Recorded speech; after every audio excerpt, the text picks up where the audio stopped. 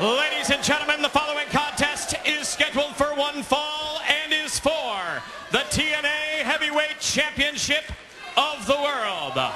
When the bell rings, the man in charge, special guest referee, Mr. Eric Bischoff. And now, ladies and gentlemen, introducing first of all, standing in the corner to my left. He weighed in this morning at 280 pounds and comes to us from the Isle of Samoa. He is the challenger, the Samoan submission machine, Samoa Joe.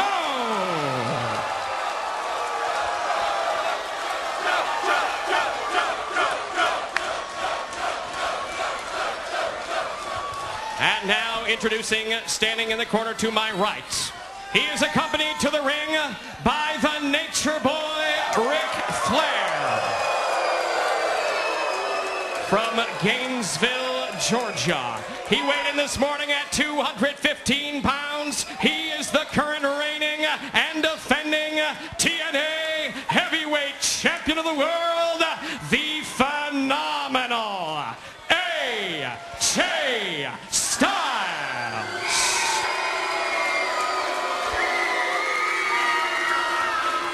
Take a good look at the champ. Huh?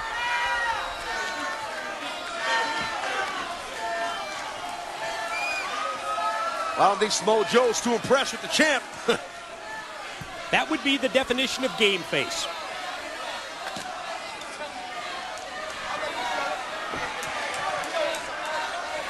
AJ instructing the referee, special referee Eric Bischoff, to display the TNA World Heavyweight Championship belt. See that look that Eric Bischoff just shot over to AJ and now Flair.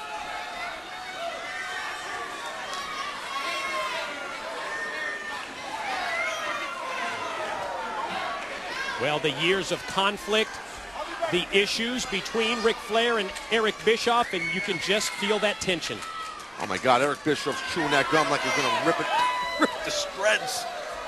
I mean, Eric Bischoff gave his word, called down the middle. He said it to Hulk Hogan.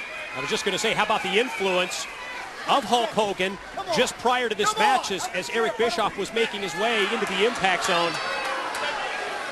Hulk was right there, and I think Hulk wanted to be convinced as well that he and Eric Bischoff were on the same page. And here we go. I think Hulk Hogan realizes the temper, that Eric Bischoff has.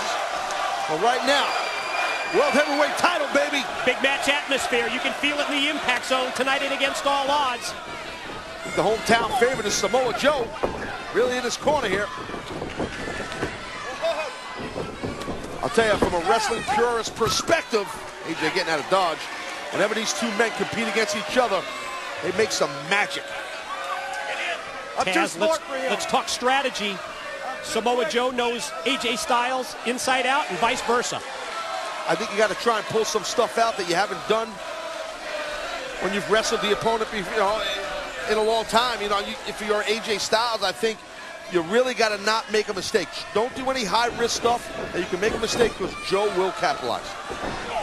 At the same time, if you take that high-risk element out of the phenomenal AJ Styles offensive attack, out of his game, that limits the TNA World Heavyweight Champion. I agree, but I just have a feeling that Ric Flair maybe instructed AJ to be a little conservative here. Wrestle smart, wrestle sound, and be conservative with AJ. I'm sorry, with Joe. We've noticed some additions That's not gonna work. to the offensive resume, the repertoire of the TNA World Heavyweight Champion AJ Styles since he came under the influence of the Nature Boy Ric Flair. Well, AJ, wait. God. AJ got frustrated, went for another shoulder block. I don't know why he did that. You pointed out the weight difference between champion and challenger when we broke down the tail of the tape. And AJ changes his strategy in mid-move, instead goes for the cheap shot with the punch, and comes from that was fierce. Oh my God! Look at Joe with those jabs. That shoulder block was sick. Series of strikes in the corner. Right hand after right hand, then puts the boots to Styles and right back on him. Champion shot off, challenger in with a running elbow. And then kick out of nowhere. What I think is so impressive what Joe did a couple weeks ago on Impact when he cashed in, the Feast of Fight, case saying, I'm going to take my opportunity to you. He didn't pick his spot with it. Joe gave AJ ample time to prepare. That's confidence in the challenger. That's also because Samoa Joe has something to prove to AJ Styles. Joe felt that he didn't want to take advantage of cashing in that Feast or Fire case maybe after AJ had already been in a match. And some people might question that strategy, Taz. But in the mind of Samoa Joe, he did it for one reason. That was to beat AJ at his best. He might beat him out. Well, I think Joe's about pride. Joe's about pride, and that's one of the things that he has a problem with AJ. He feels that, AJ used to be buzzwords that people would say about AJ used to be pride, heart, desire. Now you got to look at AJ as a guy who's pretentious, very self-centered. I think that really POs a guy like Joe. And I think it especially POs Joe because of the way that their careers were parallel for so long. Joe caught him out of nowhere. With that big knee right into the pin, and Bischoff down for 2 only. That was a sick impact. Joe's knee drilled AJ's jaw. I don't know how AJ's not knocked out cold right now. And after connecting with the knife edge chop to the chest, no surprise that Joe makes eye contact with the man who made that chop famous, the Nature Boy Ric Flair. A round kick right to the chest with that low round kick. And there's going to be another one coming up, trust me. First one to the chest, that one to the back of the leg, the hamstring, as you mentioned. Yep. Got caught. Joe got caught. Nice. Look at that dragon screw. He just whipped his leg. That can be serious knee damage. That could tear apart your lateral collateral ligament in your knee quickly. Look at AJ now. Yeah, sensing a weakness in Samoa Joe. Yeah, Flair, simple. The knee. We mentioned earlier how AJ has added moves to his offense that pattern themselves after the Nature Boy Ric Flair. And you see this series of shots, the strikes, to work on the knee. We've seen that from Ric Flair in the past as well. Absolutely. Snap there. And AJ, What about round kicks? That's a round kick right to the spine of Joe. AJ Styles has always been a guy who's a risk taker. High risk offense. I mean, everybody knows that about AJ. I mean, he's got a nickname. His moniker is the Phenomenal One, and I think that, like I said earlier, Ric Flair kind of simplified AJ's offense a little bit. I dig it. Look at this. Well, he was going to use the Nature Boy's figure 4 leg lock. Took too long to apply it and ends up getting shot all the way out of the ring by Samoa Joe's 3 leg. Man, AJ landed like right on his head.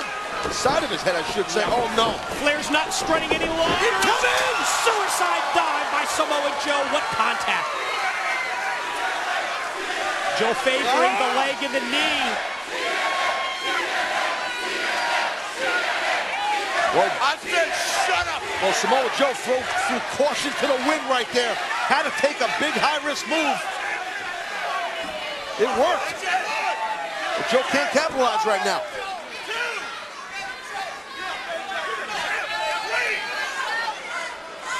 Challenger takes the champ, rolls him back in. Realization sets in that you're not going to win the TNA World Heavyweight Championship outside the ring. You're exactly right, Mike. And, look at AJ. Never thought you'd see AJ do something like that, right? Oh, all that. Yes, shades of the dirtiest player in the game.